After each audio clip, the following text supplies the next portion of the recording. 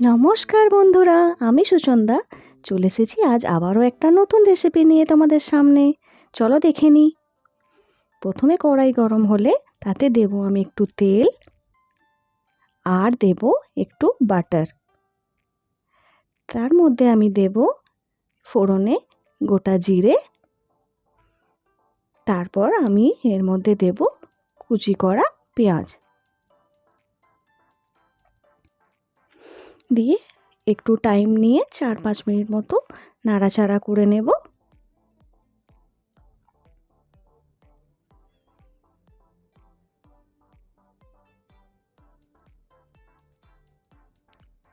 এরপর এর মধ্যে আমি দেব দেখো লঙ্কা কুচি, একটু রসুন কুচি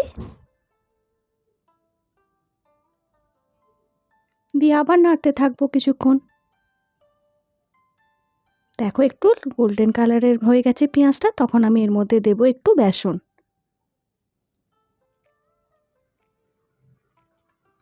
বেসনটা দিয়ে আবার একটু নাড়াচাড়া করে নেব।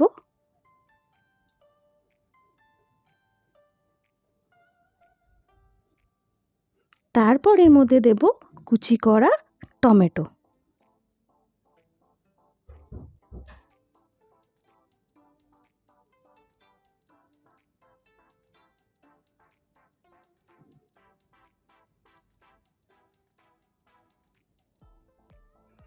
এরপর দেব একটু টমেটোটা গলে যাওয়ার জন্য একটু নুন, হলুদ, লঙ্কার গুঁড়ি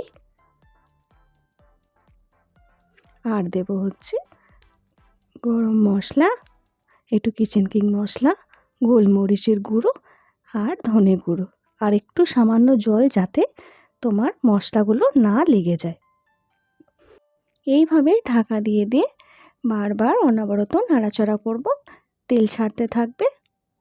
দেখো খেয়াল করছো তোমরা, একটু তেল তেলে ভাব হচ্ছে, তুমি দেখতে পাচ্ছ সাইডে। এমন সময় তারপরে আমি পনিরটাকে গ্রেড করে রাখিনি, আমি একটু চপ করে রেখেছি পাতলা পাতলা স্লাইস টাইপের, ওটা আমি দিয়ে দিলাম।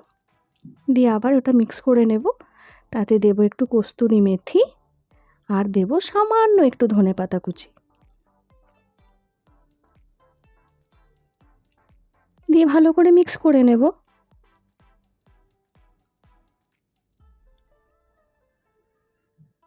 এইভাবে 2-4 মিনিট নাড়াচাড়া করে একটু ঢাকা দিয়ে উল্টো পাল্টা করে নিলেই তৈরি হয়ে যাবে আমার পনির ভুর্জি রেসিপি।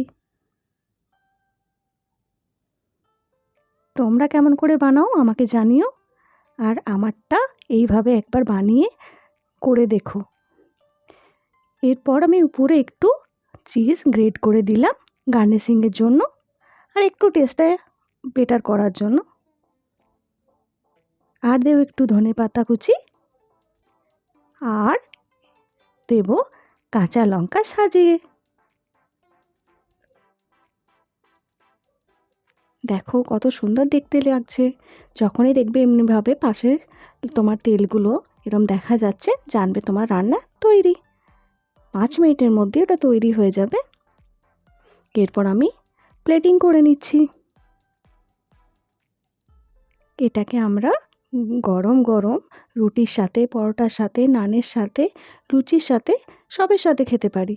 খুব টেস্টি হয়, একবার বানিয়ে দেখো আমার মতো। আর আমার মতো করে যদি বানাও তাহলে অবশ্যই আমাকে কমেন্ট করে জানাবে যে কেমন হয়েছিল খেতে। আর একটু পনির গ্রেট করে দিলাম ওর মধ্যে গার্নিশিং করার জন্য। দেখো কত সুন্দর দেখতে হয়েছে। খুব ভালো থাকো, সুস্থ থাকো সবাই। আবার দেখা হবে নেক্সট ভিডিওতে। আজকের জন্য এইটুকুই। বাই।